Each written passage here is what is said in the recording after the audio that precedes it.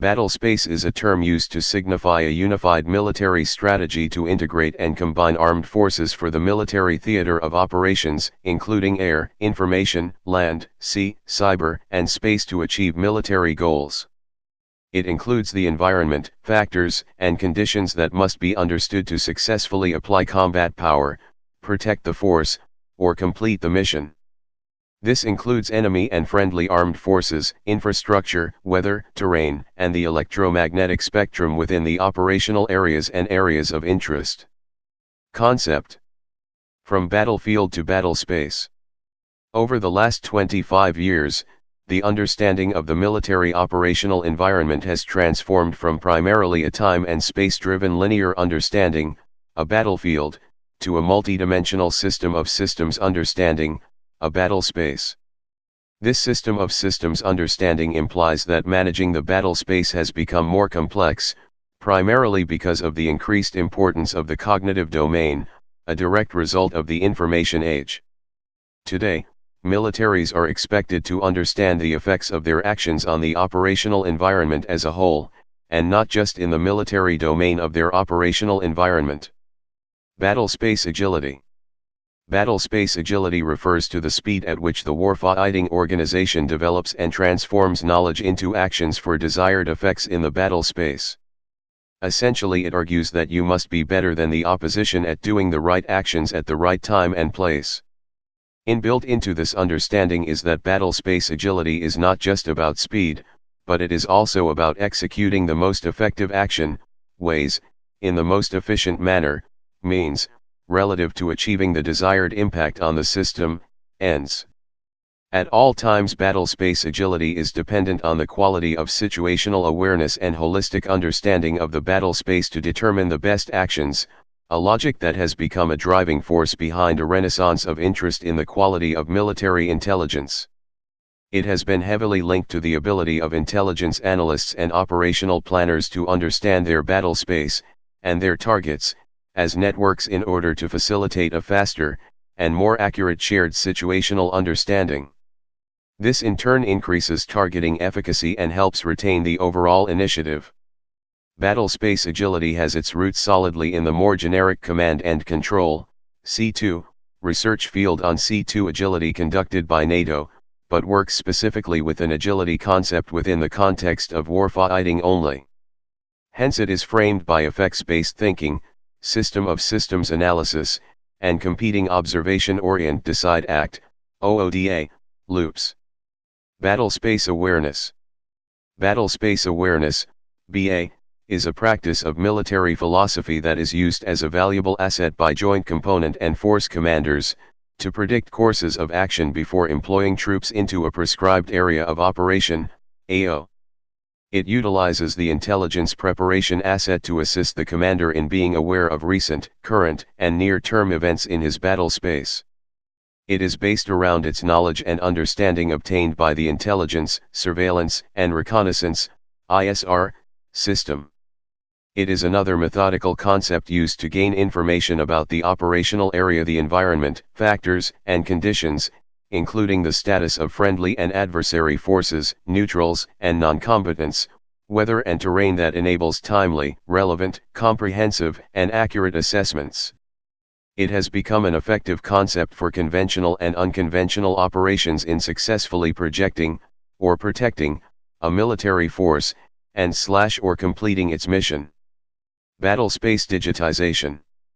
Battlespace digitization is designed to improve military operational effectiveness by integrating weapons platforms, sensor networks, ubiquitous command and control, UC2, intelligence, and network-centric warfare. This military doctrine reflects that in the future, military operations will be merged into joint operations rather than take place in separate battle spaces under the domain of individual armed services. Battlespace intelligence preparation. Intelligence preparation. Intelligence preparation of the battlespace, IPB, is an analytical methodology employed to reduce uncertainties concerning the enemy, environment, and terrain for all types of operations. Intelligence preparation of the battlespace builds an extensive database for each potential area in which a unit may be required to operate. The database is then analyzed in detail to determine the impact of the enemy, environment, and terrain on operations and presents it in graphic form. Intelligence preparation of the battle space is a continuing process. Joint intelligence preparation. Joint intelligence preparation of the battle space, JIPB, is the analytical process used by joint intelligence organizations to produce intelligence assessments, estimates, and other intelligence products in support of the Joint Force Commander's decision-making process.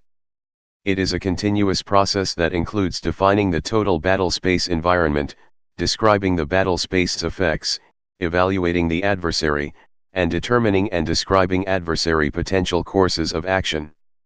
The process is used to analyze the aerial, terrestrial, maritime/littoral, spatial, electromagnetic, cyberspace, and human dimensions of the environment and to determine an opponent's capabilities to operate in each.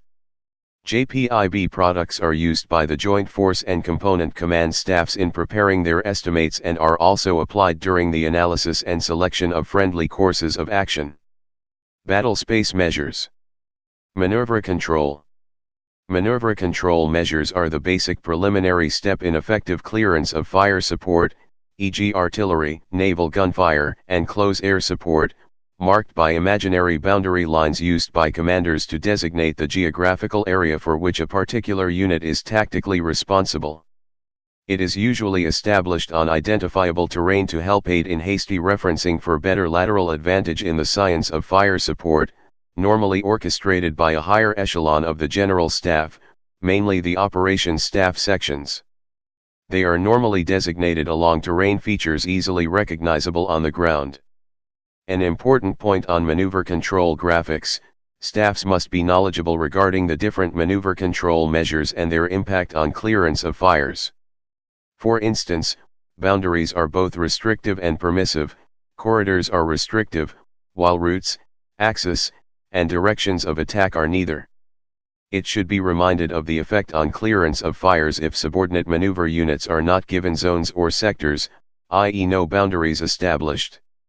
Since boundaries serve as both permissive and restrictive measures, the decision not to employ them has profound effects upon timely clearance of fires at the lowest possible level.